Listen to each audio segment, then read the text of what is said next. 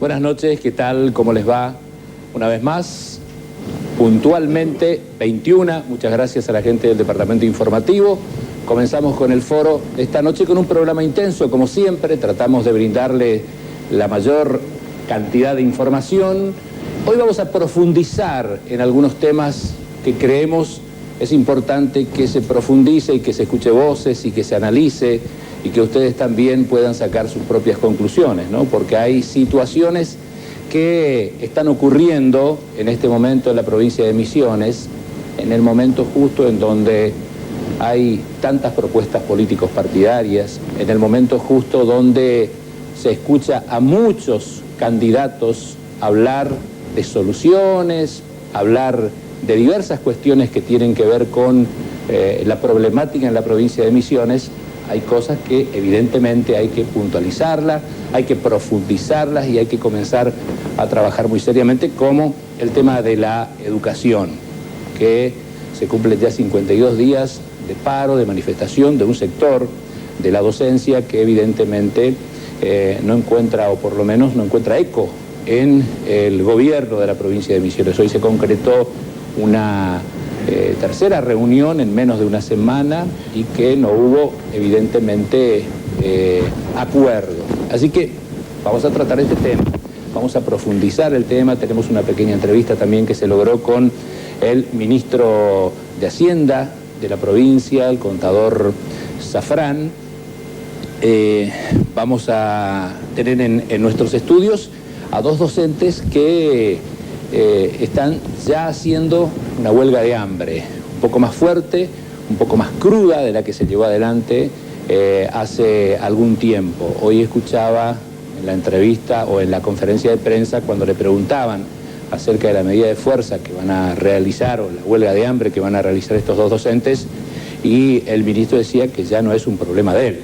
En realidad, él decía que ellos hicieron todo lo posible para que se concrete un diálogo, para que se pueda charlar con los docentes y no se llegó a ningún acuerdo.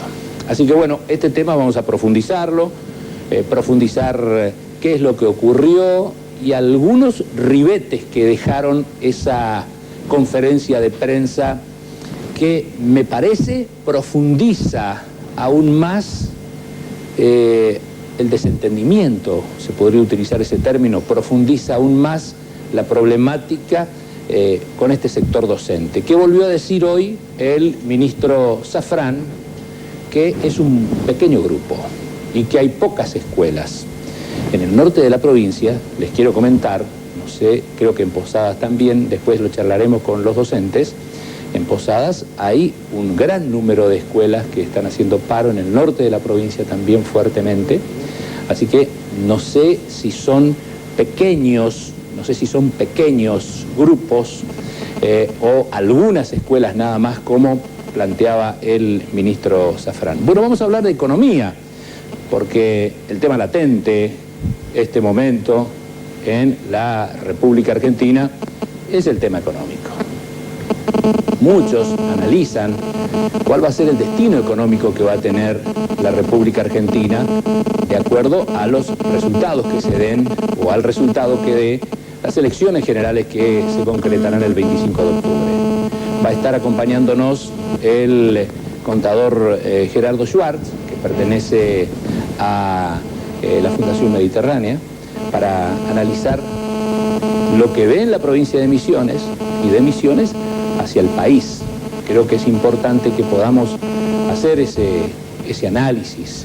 Creo que es importante que podamos juntos evaluar eso, porque la verdad que no deja de ser un tema preocupante.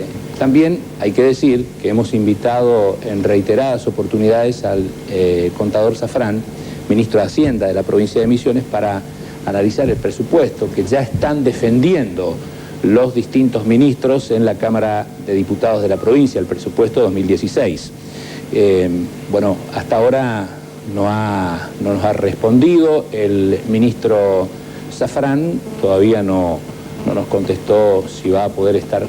Venimos invitando ya hace 3 programas atrás por lo menos. Queremos saber de qué manera ve y de qué manera se va a llevar adelante o pretende llevar adelante si siguen en el gobierno, obviamente, el presupuesto del año 2016. Es un año especial, digamos, para manejar un presupuesto porque la verdad es que hay una etapa de cambio de gobierno o cambio de gobernantes, si seguirá el mismo o vendrá otro, todo un tema para charlarlo. Así que vamos a conversar con el contador Schwartz al respecto, que ya está justamente llegando a nuestros estudios.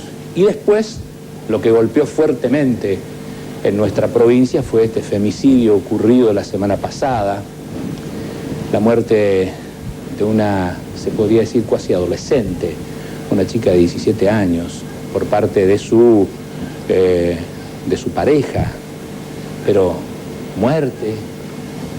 Después la descuartizó, se encontraron sus cuerpos en bolsas, analizar qué está pasando, qué sucede. Vamos a tener la presencia en nuestros estudios del doctor Osvaldo Bosco de Marchi, va a estar también en nuestros estudios Muriel Arensburg, que pertenece a este colectivo de acción contra la violencia de género, un tema que realmente está preocupando y que obviamente tenemos que charlarlo, tenemos que tratarlo.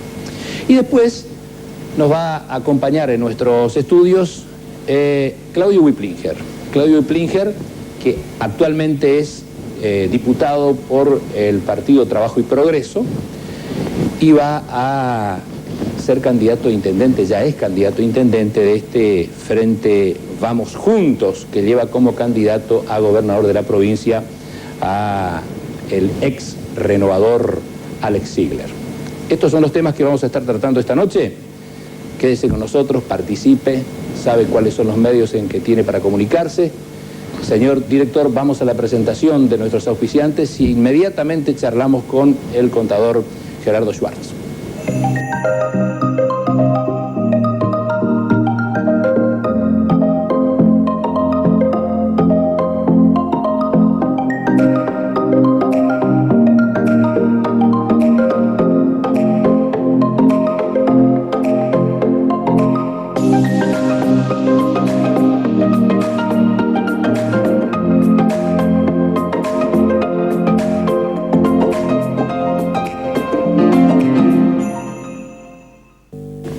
Bueno, me corrige que es economista, Gerardo Schwartz. Buenas noches. Buenas noches.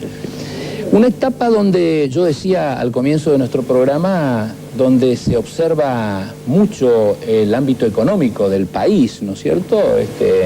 Y que cada provincia es una chacrita que tiene su economía también, pero el fuerte es observar qué es lo que ocurre en nuestro país, ¿no es cierto?, en la economía y principalmente en esta etapa de coyuntura y esta etapa donde va a haber un próximo gobierno. Por más que siga siendo del mismo color político o de otro color político, algún cambio tiene que haber.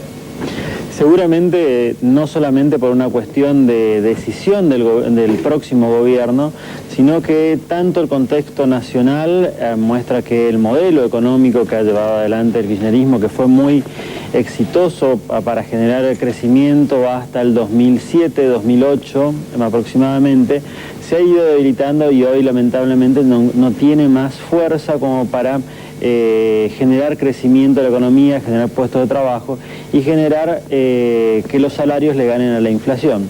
Y además de eso también tenemos que entender de que el contexto internacional cambió drásticamente, donde estábamos acostumbrados a algunos países como China que crecía al 10, 11, 12% anual y ahora nos tenemos que acostumbrar a tasas de crecimiento que por ahora serán del 7% de esos socios comerciales que tenemos, pero que en el largo plazo seguramente se van a estabilizar en torno al 5 y al 4%, incluso menores a las que registran hoy día. Entonces vamos a ver de que nuestros principales socios comerciales son mucho menos dinámicos que lo que eran hasta aproximadamente el 2010 y por lo tanto esto hace que estos países tomen decisiones de política interna como por ejemplo la devaluación del yuan, la devaluación del real y demás, que hacen que la competitividad argentina o de la posibilidad de que nuestros productos se vendan en el exterior es aún más difícil o es mucho más complejo. Y es por eso que seguramente el gobierno nacional, el próximo gobierno nacional, sea del partido que fuere, va a tomar decisiones que apuntarán a resolver atacar esos dos frentes. Generar nuevos motores para el crecimiento interno argentino, pero también ver cómo nos insertamos en ese mundo que ha cambiado drásticamente. Cuando escuchamos a algunos candidatos o sectores políticos opositores hablar de que venimos por lo menos desde hace 4 años en prácticamente no crecimiento económico en la República Argentina, no se trata de una chicana política, sino que se trata de una realidad. Sí, según los datos oficiales o datos que salen del INDEC y del Ministerio de Economía, hasta el año pasado todavía seguíamos creciendo, muy modestamente, pero seguíamos creciendo, con tasas del 1%, 2%, pero seguíamos creciendo.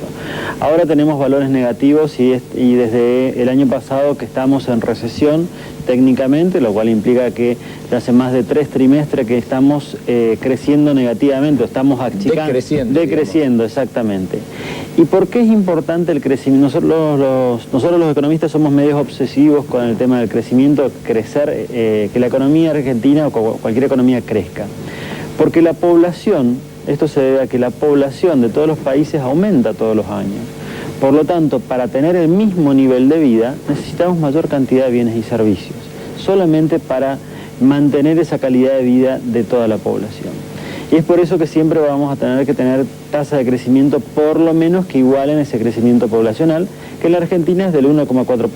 Bueno, en el último año, desde hace un año aproximadamente, la tasa de crecimiento económico de la Argentina es negativa. Se espera que este año cerremos con aproximadamente una caída del 1,5 al 2% del Producto Bruto. Ahora, eso es mucho, quizás decimos 1,5 o 2%, y algunos dirán, bueno, pero ¿qué? ¿Es mucho o es poco para hablar de un decrecimiento en una economía nacional?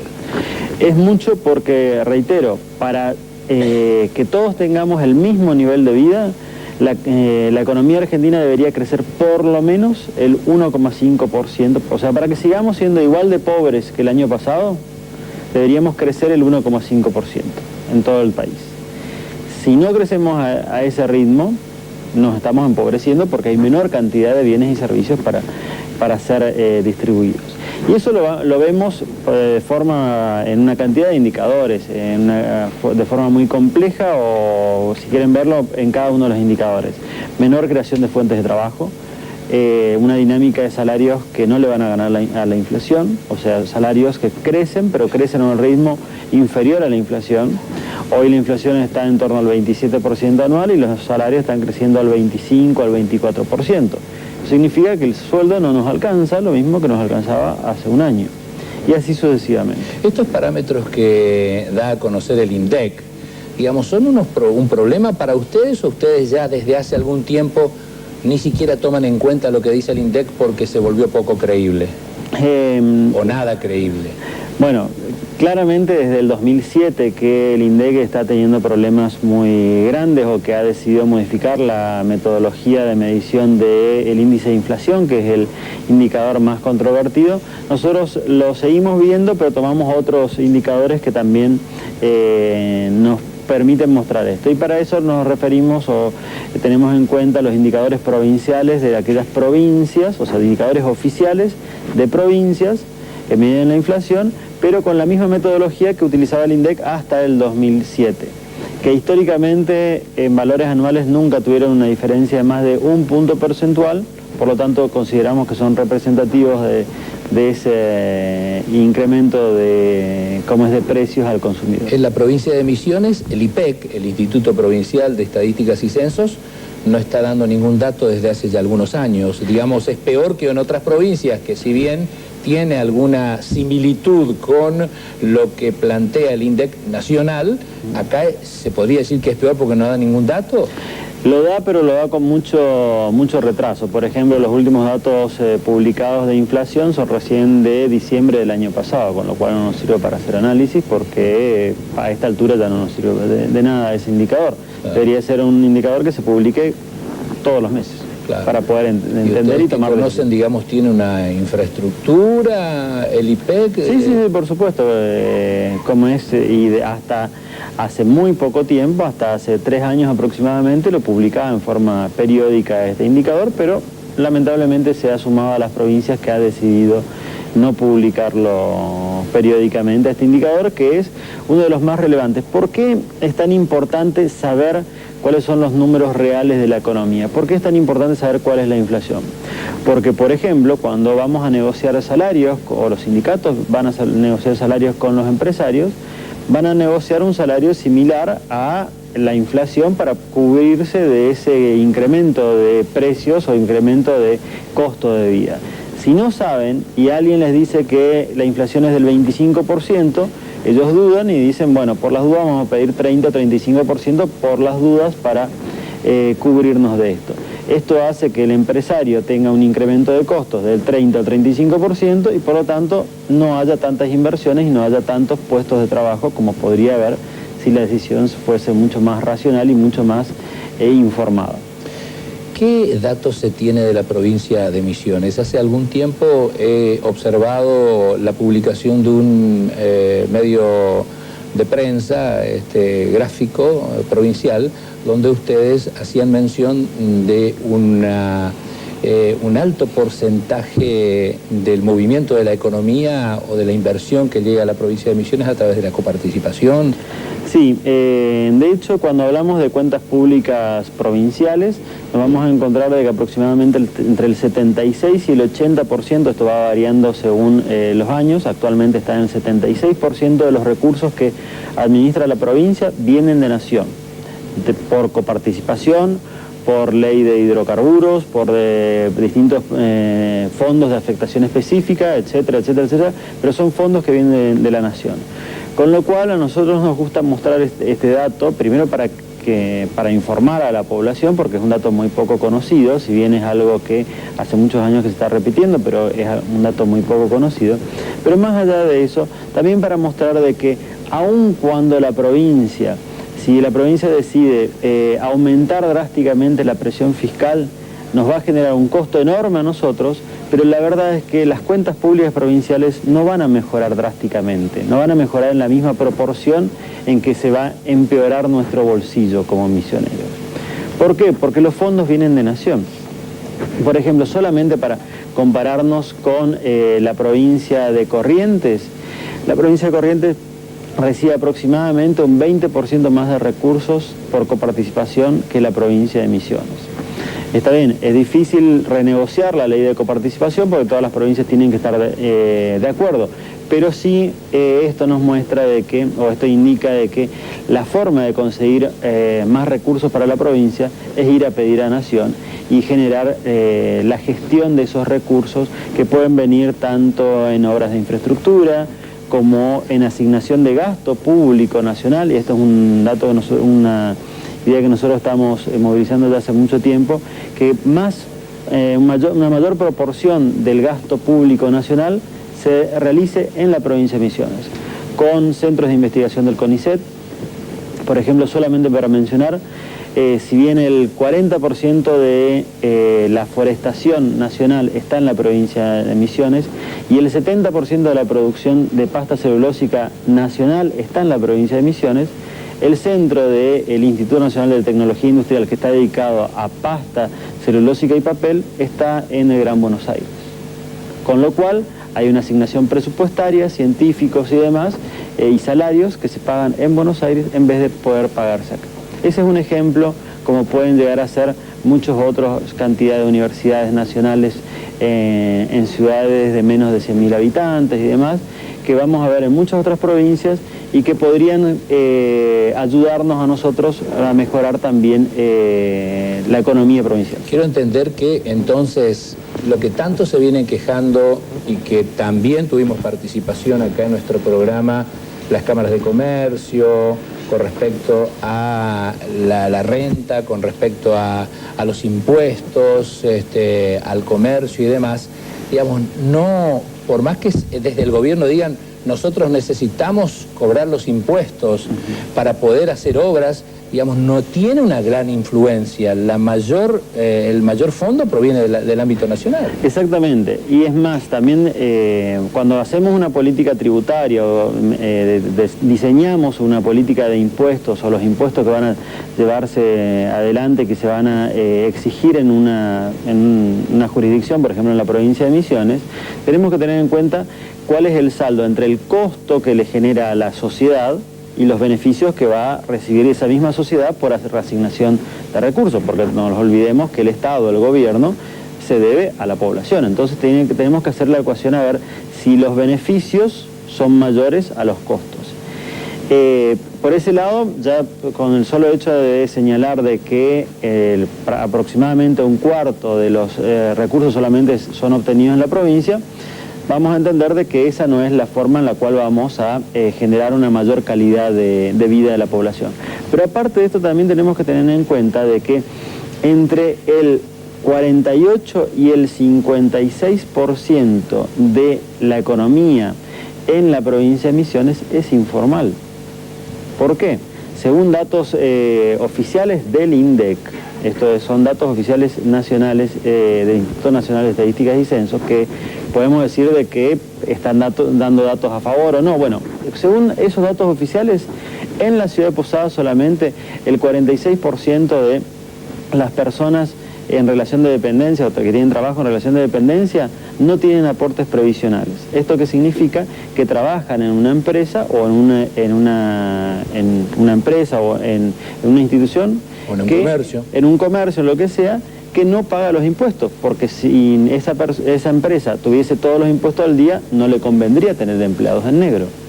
Entonces entendemos de que por lo menos en la ciudad de Posadas, donde están todos los mecanismos de control nacionales, provinciales y municipales, por lo tanto debería ser menor la informalidad que supongamos que en localidades pequeñas del interior, donde no están todos esos mecanismos, acá en la ciudad de Posadas es del 46%.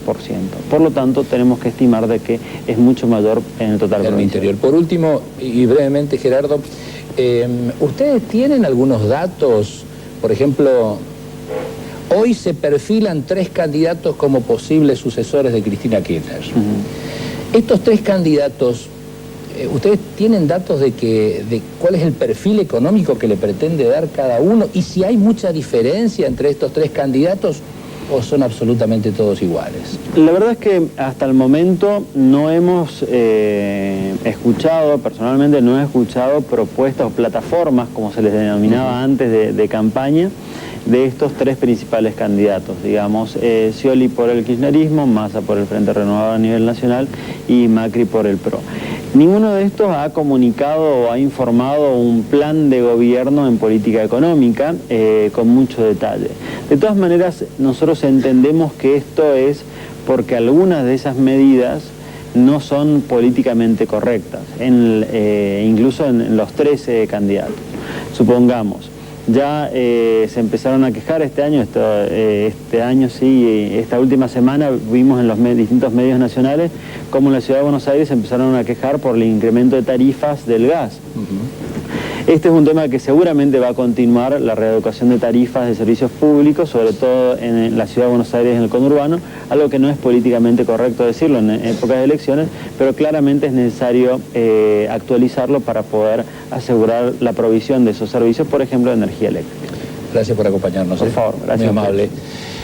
Nos vamos a Alicia. Decíamos que vamos a tratar el tema que tiene que ver con la crisis en la educación. Has logrado, buenas noches Alicia, has logrado en el día de hoy una entrevista con el ministro de Economía, con el ministro de Hacienda de la provincia, Adolfo Safrán. Buenas noches Pepe, buenas noches a la audiencia. Hoy hubo conferencia de prensa de Adolfo Safrán, acompañado por Alberto Galarza, jefe de gabinete educativo, y después de la conferencia de prensa que, como decías en la apertura, tuvo algunas apostillas, pudimos charlar un ratito con el ministro y consultarle acerca de este diálogo que ahora podríamos decir, no sé si está truncado, él de hecho dijo que no, que el diálogo está abierto, pero hoy no hubo acuerdo en esta reunión y lo contaba de esa manera o de esta manera el ministro Safrán.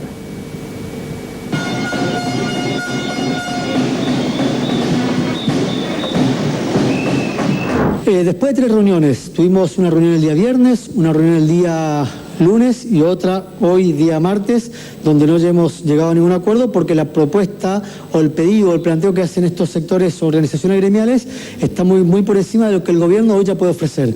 Porque el gobierno ya le dio al sector docente en lo que da del año un aumento promedio que ronda el 35%, que en algunos sectores hasta se llega a disparar al 42%. Mucho más que lo que han recibido otros sectores de la administración pública, salud pública, administración pública central, empresa del Estado. Entonces, quien gobierna la provincia busca la equidad en el manejo de los recursos. No puede ser que un sector pretenda llevarse todos los recursos y los otros sectores que hoy están trabajando en paz, están prestando servicios y han recibido menos, queden muy rezagados en esta distribución de los recursos. Lamentablemente, y esto quiero aclararlo, en el marco de este diálogo que teníamos el día viernes y ayer y hoy, yo recibí un mensaje de texto de uno de los dirigentes de esta entidad, que es la profesora Estela Genesini, donde me advertía que me iban a hacer un scratch en un evento del Día del Niño que yo tenía previsto hacer el día domingo. O sea, fíjense el nivel... ¿Lo planteó usted hoy en la reunión donde estaba Genesini? Se lo dije personalmente a ella, y no, y se lo dije en la reunión también. Cuando empezamos la reunión se lo aclaré de que si empezaban con ese tipo de agresiones, por supuesto, afectaba la posibilidad de que yo siga participando de ese tipo de discusiones. Pero se lo planteé, por supuesto, porque fue cuando empezamos la reunión. Así que, pero es el modus operandi que nos avalamos, o sea, podemos dialogar en paz y con respeto, pero nunca con este tipo de agresiones, ¿no? Parte de lo que también se discute en la Asamblea, eran voces que aparecían en la Asamblea, no fue una resolución. Contador, ¿cuál es la propuesta que tiene el gobierno? La propuesta que tiene el gobierno es equiparar el adicional que hoy recibieron todos los docentes con 10 años o más de antigüedad, equipararlos para los docentes que están hoy con 1 año hasta 10 años de antigüedad. Es decir, mejorar un adicional que hoy existe en el recibo de sueldo, llevarlo al 7,5% y que han recibido todos los docentes que están hoy con 10 años o más de antigüedad. ¿Por qué se propuso esto? Porque fue el mensaje que se instaló en la sociedad y que nosotros compartimos. Tenemos que mejorar el salario de los que menos ganan. ¿Que quieren llevar a un poco más de 10.000? ¿Le parece descabellado? Me parece descabellado, pero entonces que sean claros con el discurso, porque ellos dicen, en las últimas 2 semanas queremos ayudar a que está en el tramo de 5.600 y cuando se sientan piden otra cosa. Entonces, que seamos claros en el discurso que le damos ante la sociedad. Piden lo mismo, piden que se siga fortaleciendo o se priorice los que menos ganan, y si eso impacta al que más gana, que en este caso son 10.000 pesos, o sea, tampoco estamos hablando de... A ver, y le vuelvo a repetir, el docente que hoy tiene un maestro de grado con máxima antigüedad que gana 9.700 pesos tuvo un aumento del 38% de su salario. Respóndame usted, ¿qué sector, qué empresario, qué comerciante, qué trabajador de la administración pública tuvo 38% de aumento de su salario? Ellos le contestarían como le contestaron ahí, que los que se movilizaron son los que están discutiendo y consiguieron este porcentaje. No es así, porque la gran mayoría... No, discúlpeme, la gran mayoría de los docentes está hoy trabajando. El paro no llega al 5% de los docentes y les puedo mostrar las escuelas que hacen paro. Son mínimas. El 95% de los docentes está hoy trabajando o está conforme. Si usted quiere, vamos a estar discutiendo todo el día con esto. Pero yo le puedo mostrar escuelas trabajando, están trabajando a full. Y alguna escuela, algún docente que se paró, es su derecho y su libertad, pero es mínimo. Bueno, estamos en nuestros estudios con Rubén Ortiz, secretario general de MPL, y Leandro Sánchez, secretario general de UTEM, que también son los 2 docentes que iniciaron huelga de hambre el día de hoy. Hay una postura evidentemente fuerte del ministro Safrán, pero vayamos por parte. Hablaba ahí de una cuestión que excede en realidad lo económico, de un mensaje de texto que le habría enviado la profesora Genesini. Lo publicó. Sí, nosotros si hacemos memoria de la reunión donde estuvimos, en ningún momento escuchamos ninguna de esas cosas, ¿no? Creo que por lo menos nosotros no vimos. Yo podría decir en este momento que eso es una mentira, que no. En ningún momento le planteó a la profesora. Y nosotros sí sabemos de qué ese mensaje existió, porque estuve presente cuando se hizo eso. Entonces, poner tela de juicio que la profesora Genesini le mandó un mensaje de texto como si fuera una amenaza o como si fuera como planteando dudas entre nosotros, como para romper la unidad que tenemos, me parece una maniobra más. Y que a nosotros no es eso lo que nos interesa, digamos, ¿no? Nosotros queremos discutir mejores salarios y mejores condiciones para el trabajador, y esas maniobras no colaboran en esa discusión. ¿Están desilusionados, perdiendo la esperanza? ¿Piensan que le van a ganar por cansancio, Rubén? Primero, decirte que la huelga de hambre es seca. No vamos a ingerir agua. O sea, tenemos pocos días para resolver. O ganamos o terminan con nosotros. Después de un largo peregrinar de lucha, a este poder hay que enseñarle otra cosa. Yo quiero decir, sobre el punto anterior, una cosa que es central. Estos funcionarios hablan de que la colega supuestamente le iba a escrachar o no sé qué cosa. No tienen autoridad moral para hablar de escracha. Porque este gobierno sacó mi recibo de sueldo y lo puso en boca de todos. A partir de ahí, nosotros hemos señalado que nosotros no compartimos la política de escracha. Pero quien inició esa política fueron ellos. ¿Quién sacó los recibos de sueldo mintiendo asquerosamente sobre nosotros? ¿Quién empezó esto? ¿Quiénes deberían dar el ejemplo? Bueno, decía hoy el ministro en la conferencia de prensa que era a modo de dar a conocer nada más. Sí. Mirá, y sobre lo otro, sobre esto que usted señala de la esperanza, nosotros tenemos claro, y creo que hace un rato se reflejó eso en la plaza, y se está reflejando en todo el centro. Todo el centro está piqueteado. Hay más de 2.000 docentes movilizados. Y evidentemente, Zafrán tiene un problema serio con las matemáticas. Con razón que las cuentas de esta provincia no cierran. Ahora hay 2.000 docentes en la calle.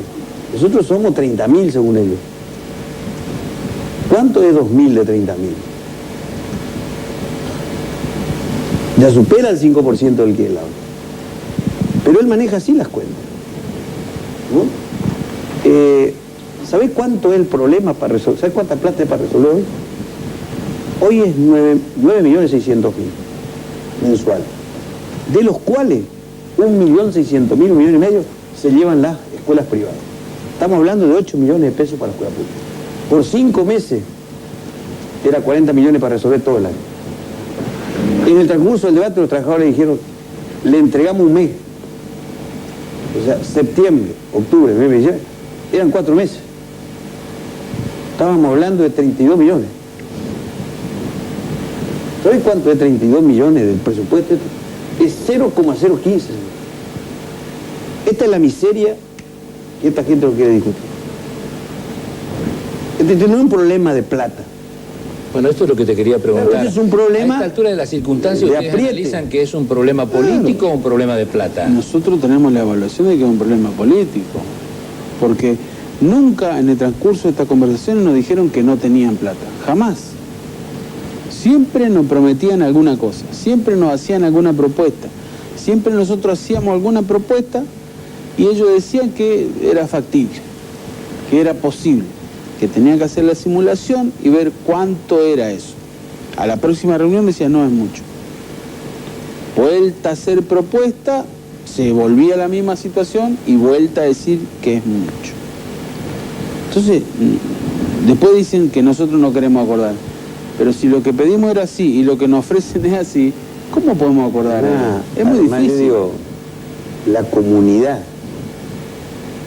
todos los bloques de diputados que fueron testigos, que se garantes, no era la palabra se usó en ese momento garantes, se usó de observadores del acuerdo del 7 de agosto, saben que los docentes no mentimos, que hicimos un acuerdo y que estos funcionarios responsables firmaron algo que no estaban en condiciones de cumplir. ¿Quién mintió acá?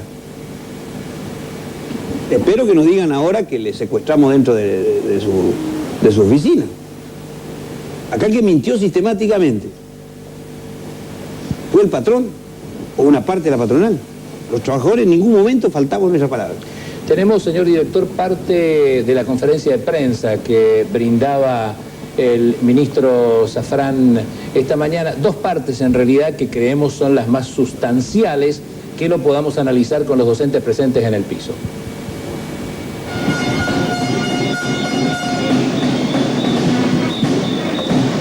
En las reuniones de ayer y hoy estuvieron presentes también 2 diputados de la oposición. del radicalismo, el diputado Germán Bordón y el diputado Gustavo González. Con lo cual muestra que hay cierta politización del reclamo. Yo podría haberme levantado de la reunión porque podría haber entendido que había una cuestión política por medio, pero sin embargo para buscar los consensos aceptamos reunirnos con las personas que vinieron, que eran los dirigentes de estas organizaciones, más estos dos diputados de la oposición. Pero entendamos que estamos viviendo un periodo electoral y que este conflicto puede tener seguramente alguna red política. Ahora, comencemos, vayamos por parte. ¿No había un convenio en algún momento de que tantos los diputados de la oposición como del oficialismo serían una especie de garantes del diálogo que mantendrían ustedes con el gobierno? A ver, yo creo que ningún diputado necesita que yo le defienda. Pero lo que está mal, está mal. Este funcionario que acaba de hablar firmó el acuerdo de los 9 puntos. Todas las bancas, incluida la banca oficialista, Dieminger firmó el nombre de ellos. Eran los garantes de toda esta discusión. Ahora, no, evidentemente hay diputados que cumplen mejor que otros su rol o la responsabilidad que asumen. Este señor debería llamarle a Dieminger que cumpla el rol que se comprometió a cumplir y a los otros que no están. Entonces, además un golpe bajo que quiere decir que esta lucha es partidista, es profundamente política, sí, para terminar con este tipo de funcionarios. Este tipo de funcionarios no contribuye. Yo hoy se lo dije al señor Zafrán en el debate, que lo que ellos buscan es destruir este modelo sindical nuevo que se está construyendo. Y el daño que van a hacer a la democracia, no al movimiento sindical docente, a la democracia, es irreparable. Hace muchos años que el movimiento obrero no tiene un hombre con la capacidad que tiene el Lescano. Quebrar la alianza entre el Lescano y sus bases, porque esto es lo que buscan estos, genera un daño irreparable para la calidad del debate institucional. Acá, señores, estamos pagando el costo de que no tenemos conducción educativa. ¿Dónde está el ministro? ¿Quién es el presidente del Consejo General de Educación? ¿Dónde están esos que tienen que discutir la política educativa? Imagínense, nosotros somos rehén de la balcanización de la conducción del sistema educativo. No sabemos quién es el jefe acá. Y le voy a decir una cosa. Una época discutíamos hasta con el secretario de EMSA, ¿te acuerdas? Acordábamos, y yo le hice acordado hoy a Zafrán. El primer acuerdo del 2009 se firmó en un bar, en la rotonda de Monte Carlo. Nuestra lucha le devolvió institucionalidad. Hoy por lo menos estamos discutiendo con el jefe de gabinete educativo y con el ministro, que tiene la plata. Bueno, más cerca, ahora, digamos. Esa construcción de otorgarle institucionalidad al debate es fruto de nuestro triunfo. Nosotros construimos eso. Las prácticas políticas de estos señores destruye y genera daño irreparable al sistema. Fíjate que hoy vos tenés una conducción educativa que tiene un SPEM, tiene un ministro y tiene un consejo. La Constitución dice claramente, el Consejo General de Educación es el órgano de conducción, administración del sistema educativo. Está acéfalo. Siguen muy unidos de todos modos, Leandro. Sí, por supuesto, y en las decisiones son diálogos bastante importantes, donde uno puede hasta equivocarse y puede evaluar bien cuál es el paso siguiente. La verdad que seguimos unidos sin ningún problema. Ahora yo quería opinar sobre los dichos de Zafrán, ¿no? La verdad que yo estoy un poco cansado de escuchar este argumento barato de la politización. Nosotros con orgullo podemos mostrar entre los docentes que están en la plaza y entre nuestro gremio, nosotros podemos mostrar que hay una variedad de opiniones políticas muy interesante. Muy interesante. ¿Quién está haciendo lo...? A ver, yo para responderle a este, porque hay que ser cara dura para decir lo que dijo, ¿Qué sindicato es la que hace los sublemas y lemas en el interior? ¿El MPL tiene un sublema? ¿Usted le vieron a Rubén Ortiz bendiciendo candidatos en cada municipio? ¿Quién hace eso? Eso es el Lever, la sociedad de él. ¿De qué estamos hablando? ¿Pero hasta cuándo la sociedad va a bancar este tipo de operaciones mentirosas? Yo me pregunto, le pregunto a la sociedad, de cara a usted ciudadano, ¿quién de las organizaciones sindicales hace política partidaria? Yo pregunto, porque acá, digamos, yo estoy cansado de escuchar estas cosas. A nosotros sí hacemos política, pero política para defender el derecho de los trabajadores. Otra parte de la conferencia de prensa que brindaba Zafrán esta mañana. Hay docentes que cabezan la medida, ¿no?, que días atrás el gobierno de la provincia difundió su recibo de sueldo que van de picos de 25.000 hasta 30.000 pesos. Es así, a ver, eso es cierto y lo recibos fue mostrado, pero no fue una forma de escrachar a esos docentes, sino yo celebro que tengan esos sueldos, yo celebro que esos dirigentes y los docentes tengan buen sueldo, porque creo que un docente bien pagado es parte de una buena educación. Ahora, que vengan a decir que son sueldo de hambre, un sueldo de 15.000, 18.000 o 20.000 pesos, comparado con los ingresos que hay en la sociedad misionera, creo que esa fue la motivación de mostrar los sueldos, no para escrachar a nadie, sino para celebrar que tengan buenos sueldos y comparar cuánto ¿Cuál es el porcentaje de los que tienen ese sueldo? ¿Porcentaje de qué? De los docentes que cobran los que están en el ramo mínimo no llegan al 20%, o sea, en el salario, en los rangos inferiores no llegan al 20% de los docentes. El 80% están en rangos superiores. Y le quiero hacer otra consideración. Muchos de los dirigentes que hoy están en la plaza, y lo digo con todo respeto, pero para que sepan, muchos dirigentes que están hoy en la plaza o se están manifestando, son dirigentes que no perjudican de alguna forma el sistema educativo porque tienen licencia gremial. Ellos no sufren descuentos porque no están dando clases porque tienen licencia gremial avalada por las leyes sindicales que le permiten acceder a una licencia porque son representantes de organizaciones gremiales. Bueno. Esta mañana me llamó un alumno y no lo pude atender. La vergüenza me ganó. Yo doy clase, yo no tengo licencia gremial. Me están privando del gran placer de ir a recibir el cariño de mis alumnos. Yo no pude atender esta mañana el teléfono. Le pedí a mi mujer que lo haga, porque tenía vergüenza. Porque yo sabía lo que me iba a preguntar. Lo mismo que me preguntó ayer. ¿Y, profe, cuándo te veo?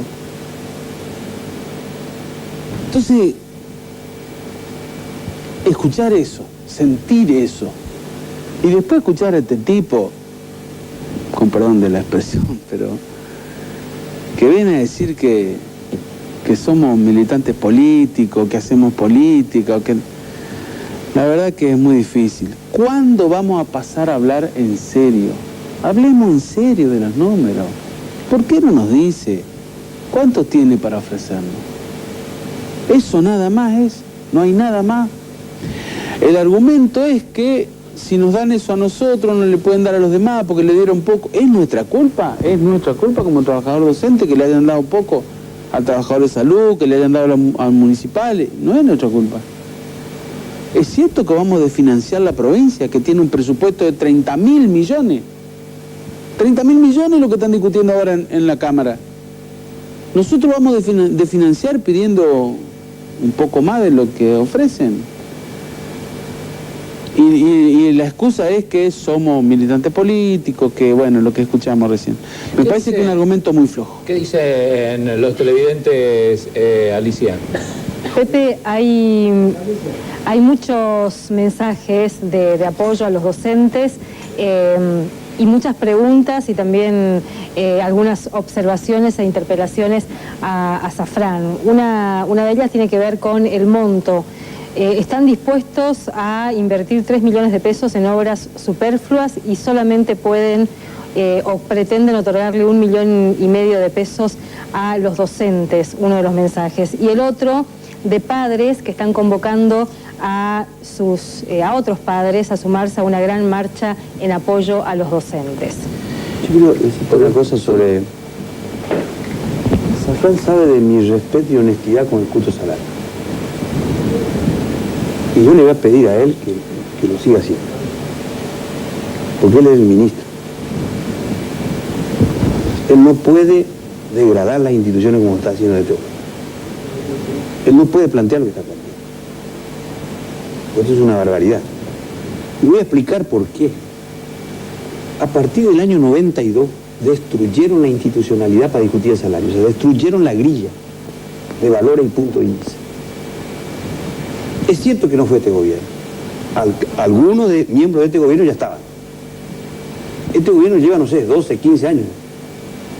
El tiempo suficiente para devolver la institucionalidad. No fueron capaces de hacer eso. Tienen 30, no sé cuántos diputados. A ninguno se le cayó una idea de decir, para colaborar, para devolver la institucionalidad al debate del salario, voy a reconstituir esa ley. Ninguno se le ocurrió, incluido a este ministro. Desde febrero le estamos diciendo que hagan eso porque si no íbamos a caer en este escenario. Y quiero explicarte por qué. Porque entre el que ingresa a la docencia y el que más gana, tiene que haber por antigüedad, de bolsillo, 90% de diferencia. Y neto 120. Hoy estamos en 60 y piquito. Seguimos perdiendo mucha plata. La mitad. Claro, ¿entendés? Y la otra cuestión que él plantea, la verdad que me siento, ahí sí le voy a agradecer públicamente. Es la primera vez que un funcionario dice que es justo y que está dentro de la ley, por ejemplo, mi licencia gremial. Yo estoy orgulloso de gozar una licencia gremial. Porque no lo ocupo para hacer campaña para un partido, lo ocupo para defender a los trabajadores. Y quiero explicar una cosa. ¿Cómo conseguimos la licencia? Ellos nos cesantearon a nosotros, ¿te acuerdas? 7 compañeros fuimos cesanteados. La gente volvió a la ruta y dijo, tiene que devolverle el cargo. Fue este señor el que nos cesanteó. Cuando estaba como presidente. Claro. Entonces nos devuelven el cargo y la gente dijo, no, para proteger ya definitivamente ante estos gatos, dice, ahora te pegamos la licencia gremial. Se nos termina el tiempo, Rubén. ¿Cómo queda la situación? ¿Qué van a hacer mañana, o Rubén o Leandro? Nosotros seguimos movilizados. Nuestra asamblea han declarado que van a hacer cortes en la ciudad a la mañana y seguiremos discutiendo cuáles son las próximas medidas para los próximos días, pero lamentablemente vamos a endurecer. Vamos a un corte, te digo lo que vamos a hacer en el interior. Está levantada en este momento Andresito, va a movilización, va a Iguazú, El Dorado hoy cortó la ruta, Monte Carlo vaya a la ruta, va a Jardín. Entonces vamos a piquetear toda la provincia y que la sociedad nos entienda. No hay forma de que estos señores discutan. Yo tengo una esperanza. Yo creo que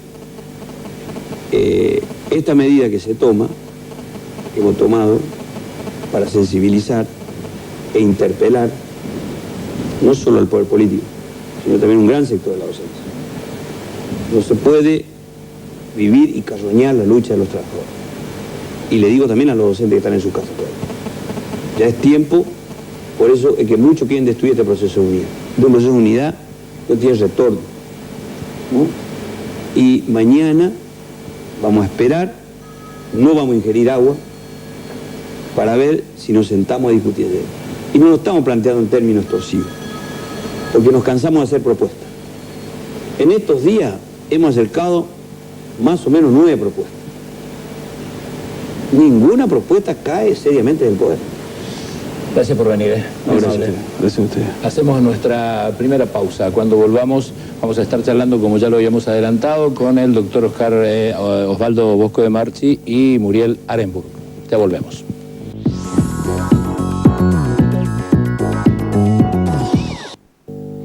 El tema que vamos a tratar ahora no merece mucha presentación, ni mucho prólogo, ni mucho adelanto, porque lamentablemente desde hace algún tiempo a esta parte, en el mundo entero y más en nuestro país, lo vivimos casi cotidianamente. Están con nosotros para hablar sobre la violencia de género, sobre el femicidio. Yo lo que les adelantaba hace algunos minutos con preocupación lo que pasó la semana pasada, el doctor Osvaldo Bosco de Marchi, que lo conozco ahora, que es psiquiatra, sexólogo, pediatra, y Muriel Arenburg, que pertenece a este colectivo de acción contra la violencia de género. Doctor, ¿cómo le va? ¿Cómo le va? Buenas noches. ¿Cómo viven, digamos, usted es un profesional de mucha experiencia, de muchos años, y estos procesos se vienen dando o vienen golpeándole fuerte a ustedes desde cuánto tiempo a esta parte, o cómo se procesa esto? Mirá, como todos somos personas, lo que pasa es que cuando nosotros tenemos que afrontar situaciones como esta, las personas no necesitan otra persona llorando con ellos, sino necesita alguien que le dé una solución o los acompañe o los contenga, ¿no es cierto? Sin ninguna duda que vamos viendo como un hecho bastante de gravedad cómo cada vez es más fuerte este tema de la violencia, cada vez se ejerce con más fuerza, porque yo creo que de un tiempo a esta parte se vienen perdiendo muchísimos parámetros, sobre todo que tiene que ver con el respeto de un otro. Es decir, pero estos parámetros parten desde, casi te diría que desde un mismo Estado y de una misma política, donde cuando yo tengo que ganar, no tengo que ganarle a un adversario, sino tengo que derrotar, arrodillar, acostar y destruir al adversario, que no es un adversario, es un enemigo. Entonces, de ahí empezamos a generar todo un sistema en donde sin ninguna duda esto se va viendo a través del tiempo y a través de lo que va bajando, con personas que tienen, sin duda, la violencia se ha empezado a generar en la niñez. Las personas violentas no pasan a ser violentas el día de adulto. Es decir, normalmente hay una vulnerabilidad en personas que han sido violentas o violentadas, en ambos casos, para que repitan las conductas en el tiempo. Es decir, si ha sido una persona, una imagen de una madre, donde había un padre que era quien maltrataba a toda la familia y que esa madre, al ser víctima, tampoco podía contener a esos niños. Por lo pronto los niños también aceptaban esa victimización, tratando de mantener ese sistema para no ser lastimados. Entonces, lógicamente, esas personas, está tan naturalizado el esquema que mañana se encuentran con una persona violenta y no lo visualizan como un hecho de violencia. Nosotros mismos en la sociedad, cuando hablamos de la mujer o hablamos del hombre, tenemos naturalizado cuestiones como si fuera algo muy normal. Es decir, con respecto a frases despectivas hacia la mujer cotidianamente. Está totalmente naturalizado, no nos espanta, no nos llama la atención.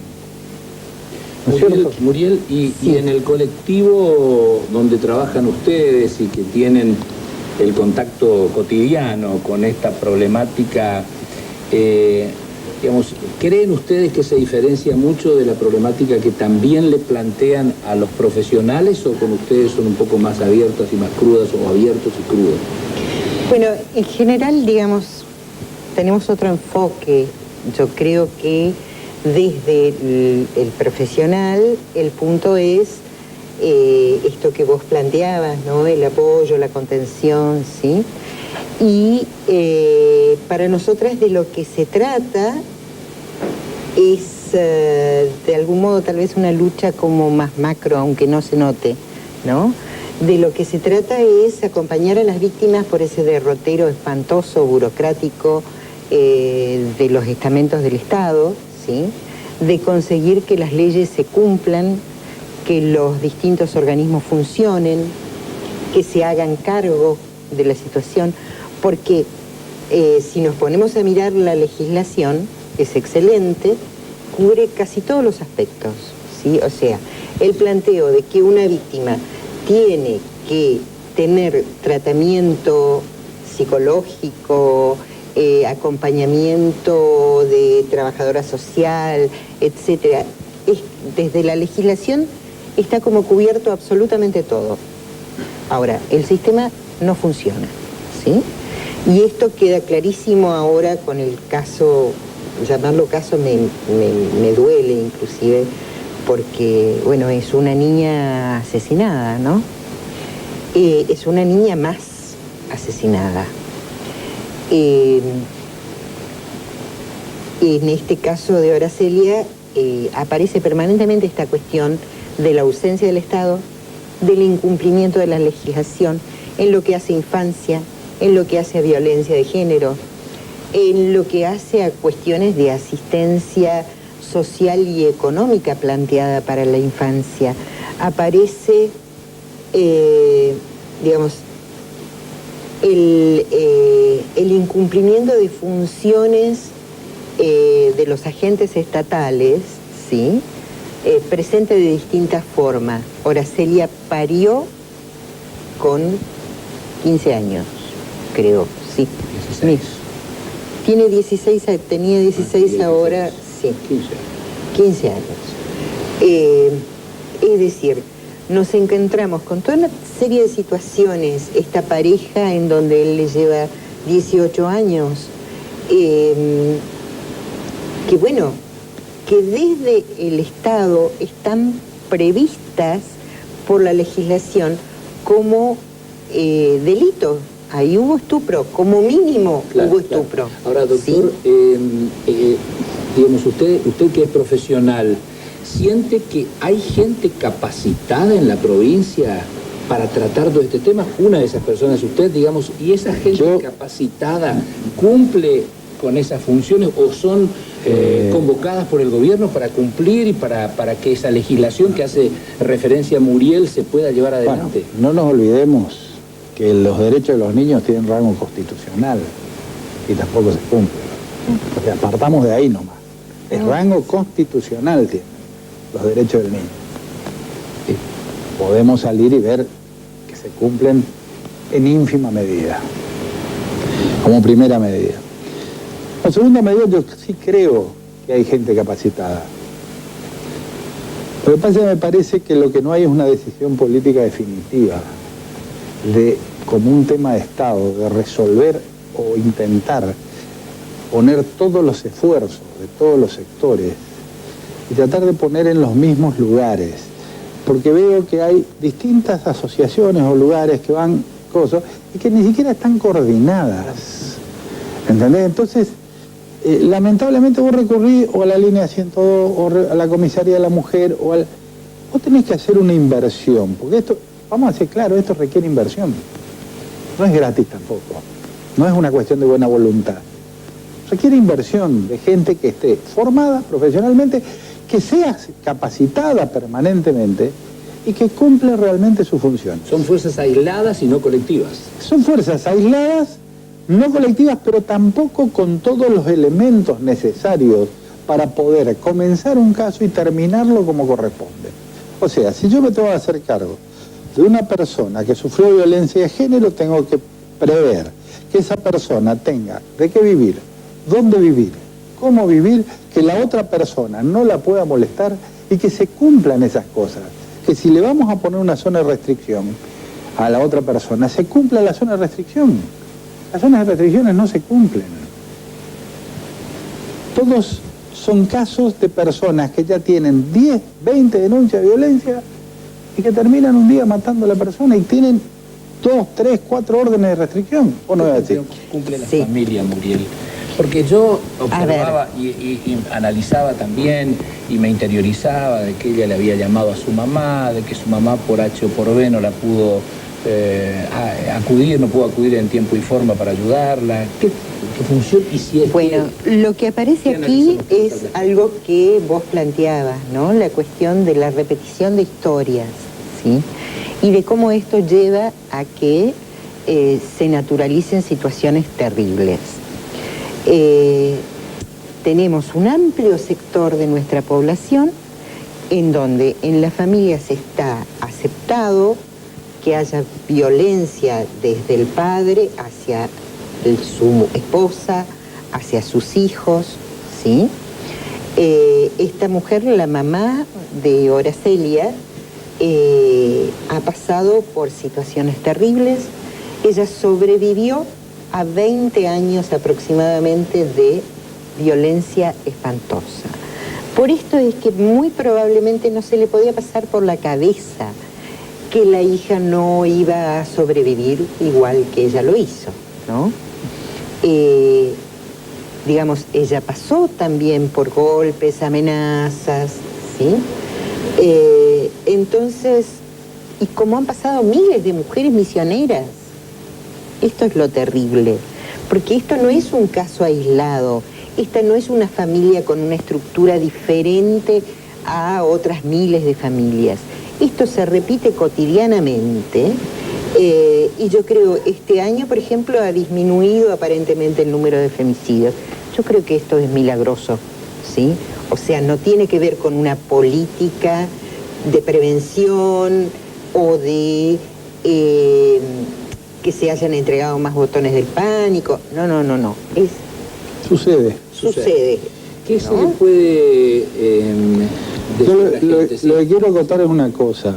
Lo que tenemos que tener en cuenta con respecto a la familia es que la persona violenta tiene características muy definidas. Sobre todo es una persona que generalmente hacia afuera es divina, grandiosa, espectacular. Todos lo ven como la persona más macanuda que hay. Eso se llama, no, se llama la doble fachada del violento. O sea, hacia afuera es una cosa y hacia adentro es otra. Y fundamentalmente una de las características que tiene con respecto a las familias de origen o a los amigos o a la parte social de la víctima es aislarla. Es aislarla e ir demoliendo la autoestima de esa persona hasta que esa persona considera que su única posibilidad de estar y sobrevivir en la vida es a través de ese hombre.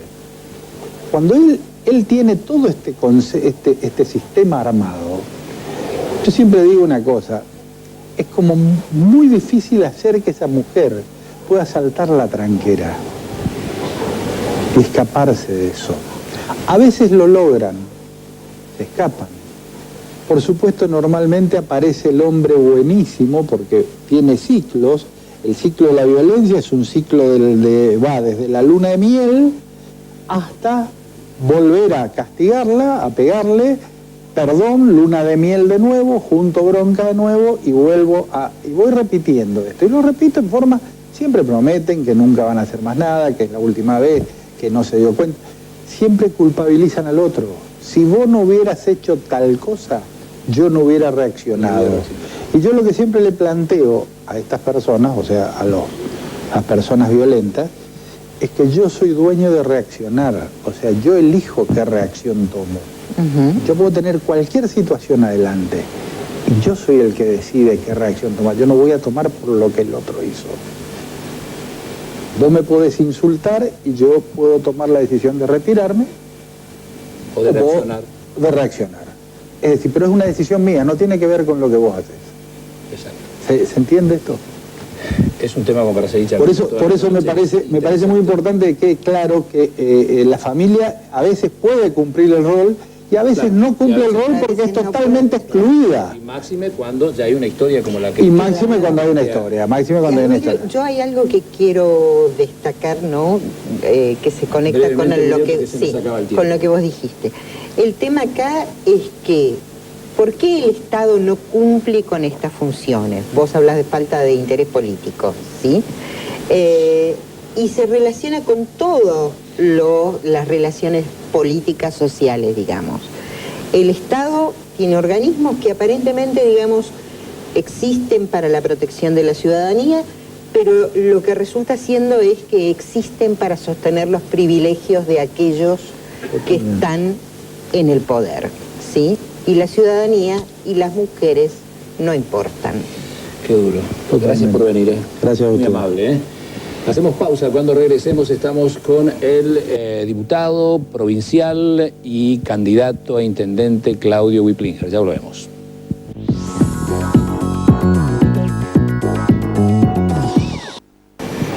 Vamos juntos, Claudio. ¿Es así?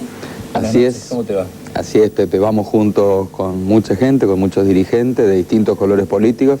Vamos juntos porque eso es lo que nos reclamaba la sociedad. Y la decisión que venías madurando desde hace algún tiempo ya de ser candidato a intendente de la ciudad de Posadas. Es así, a mí siempre trabajé mucho la ciudad de Posadas, siempre fue el fuerte nuestro, si bien trabajamos toda la provincia, creemos que podemos aportar mucho en la provincia, lo hacemos con nuestro candidato a diputado, en el caso de Víctor Kramer, pero en el caso particular mío, creo que el mejor aporte que puedo hacer es desde acá, desde la Intendencia de Posadas.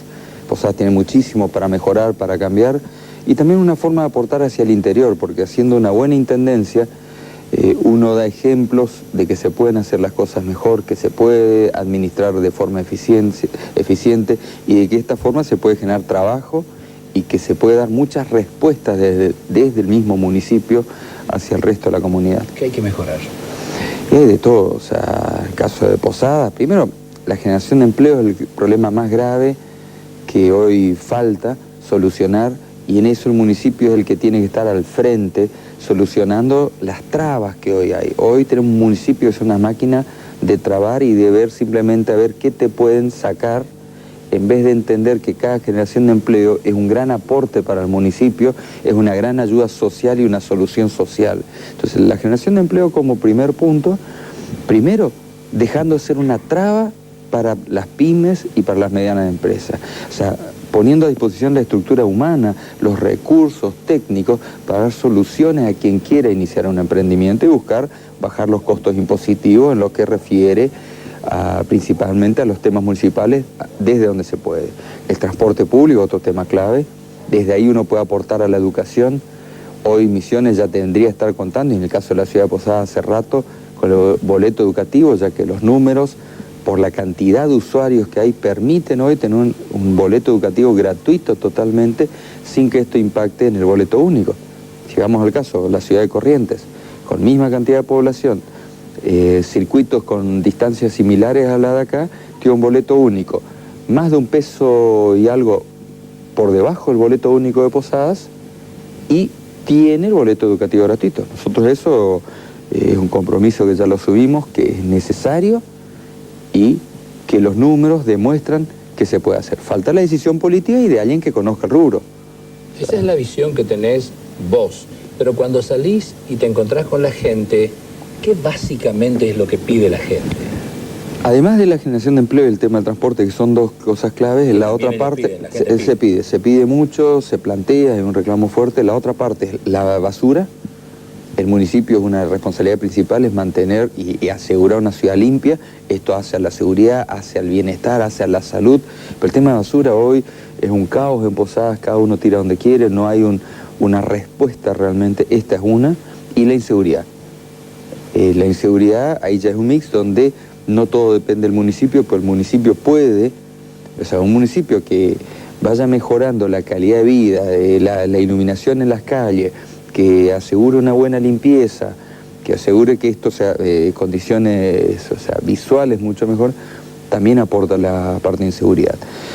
Nosotros sí creemos que la parte de tránsito, en la parte de lo que es todo el transporte en sí, el municipio tiene que aportar mayor estructura de control y de esta forma también aporta la seguridad, porque al tener mayor recursos humanos con tecnología, porque esto es una cuestión, los recursos humanos en tránsito tienen que estar hoy acompañados por el uso tecnológico. Y esto es una forma de acompañar a la seguridad a la gente, pues si bien no son policías, es un grupo que puede trabajar en forma coordinada con la policía provincial y capacitación. Yo creo que en la parte de tránsito hoy la tecnología permite que un inspector, en el cual hay que tener mayor cupo humano y mayor equipamiento, el uso de cámaras que le den respaldo tecnológico a lo que hace, le permite que cuando recorre los barrios también sea una forma de estar ejerciendo un control y que cualquier persona que quiera dedicarse a actividades ilícitas se sienta controlado y se sienta que hay una estructura más que va a actuar y que va a acompañar a la policía y va a avisar y actuar rápidamente para que cualquier delito, y en definitiva es una forma de empezar a darle un acompañamiento y una protección a la sociedad que se sienta respaldada desde el municipio y no la situación de inseguridad permanente que hay hoy, donde los vecinos empiezan a autoarmar cuadrillas, donde vía WhatsApp o vía distintos usos tecnológicos de comunicación empiezan a hacer sus propias cuadrillas de seguridad. Una cuestión que es lamentable que pase. Se sienten desprotegidos. Se sienten desprotegidos, hay una falta de respuesta del Estado. El municipio por eso acá tiene una limitancia todavía, porque ya pasar a hablar de policía municipal yo creo que es una etapa más larga, uno tiene que ir avanzando en este sentido, pero tengo que ser realista que es un proceso largo. Hablar de policía municipal no se hace en poco tiempo, el avance, la respuesta más rápida es aumentando la parte de inspectores de tránsito, que es un previo paso, y viendo cómo de esta manera uno va de a poco asumiendo otras responsabilidades con concordancia siempre con las otras fuerzas que hay. Me decías que te gusta mucho salir a los barrios, recorrer los barrios, estar en contacto persona a persona con los vecinos. ¿Cómo ve la gente esta inversión, todo lo que se observó en los últimos años en cuanto a Costanera, todo lo que invirtió Yacyretá? No, o sea, acá hay como dos posadas. Hay una parte de posadas importante que aprovecha y disfruta de esta infraestructura que vino como contraprestación a lo que es el represamiento de Yacyretá, que lo aprovecha, pero hay una franja enorme que se siente abandonada, que siente que no hay una respuesta del municipio y que entiende que la costanera es de una franja nomás de nuestra sociedad. Por eso Posada hoy es una metrópolis de más de 400.000 habitantes, donde se abre una división muy grande, inclusive una tercera posada, que es la de más de 80 villas, que existen posadas, que no están logrando salir adelante, que no están logrando acceso a un trabajo para poder lograr un buen terreno y su propia casa, y esta gente no ve a la costanera como algo para ellos, ve a la costanera como de una élite. O sea, la realidad, por eso, dentro de los 400.000 habitantes, hay una franja importante que está aprovechando la costanera, aprovechando como punto de esparcimiento, pero se divide muy claramente. Uno va a los barrios un poco más alejados y la gente entiende que eso no es parte de ellos. ¿Cómo lo tomás o lo tomarías de ser diputado provincial, volver o llegar a la intendencia municipal, digamos? ¿Qué podés analizar de la diferencia que hay entre una cosa y otra, digamos? La diferencia principal, en el Ejecutivo vos solucionás. Hoy en el Legislativo nosotros somos casi opinadores, o sea, presentamos proyectos de los cuales se tratan solo si la mayoría acepta tratarlo, con lo cual, por ejemplo, tenemos proyectos para ir normalizando el tema de las tierras y el urbanismo, que es un tema importantísimo para poder direccionar los futuros de cada ciudad y de los distintos pueblos, y hoy no hay voluntad de tratarlo de parte del Legislativo porque la mayoría no lo quiere tratar. En un Ejecutivo, en cambio, vos podés día a día solucionar, vos sos responsable ya de concretar en hechos lo que las leyes ya te marcan como límites. O sea, las leyes ya están, vos tenés que cumplirlas y vos tenés que administrar los recursos del Estado de la forma más eficiente dentro de las normativas de las leyes. ¿Cómo lo ve la gente a Ziegler? Bien. No hace ningún tipo de objeción de haber estado aquellos que digamos que harían una opción distinta, digamos, de haber estado en la Renovación y en el kirchnerismo? No, la mayoría de la gente lo toma bien, entiende que es una opción diferente, que es una persona que tomó la decisión de enfrentar al oficialismo y que por eso sale del gobierno y lo enfrenta desde afuera. Lógicamente nunca va a ser 100% de las personas, pero mayoritariamente la gente ya no tiene esos pruritos que porque hace un tiempo atrás estaba dentro del gobierno. Lo que entiende es que tomó la decisión de retirarse y tomó la decisión de competir electoralmente desde afuera. Eso es lo que la gente acepta y eso la gente lo ve bien en su mayoría. ¿Cómodo? Cómodo, sí. ¿Cómodo en ese espacio? Sí, lo decís por mí. Por eso te digo, me refiero a vos. Debates hay, o sea, hay distintos. Acá somos una unión de distintos sectores ideológicos. Seguramente no todo, pero siempre hay diferencia. La parte humana es así y yo creo que querer ser parte de un gobierno hay que entender justamente poder debatir y dialogar con distintas ideologías. O sea, si uno se cierra en una sola postura, vas a terminar siendo un gobierno de un solo sector y esto no es bueno entre una comunidad. Nosotros creo que poder trabajar en unión así con distintos sectores y entender de priorizar los acuerdos más importantes, lo que van a sacar hacia adelante nuestro municipio y nuestra provincia, eso es lo importante, porque como intendente después tenés que poder seguir trabajando con todos los sectores políticos e ideológicos. Acá hay que darle soluciones a toda nuestra comunidad y no te puedes cerrar solo en una línea ya política. Con toda la sociedad. Exactamente. Gracias por venir. Muchas gracias a vos, Pepe. Muy amable.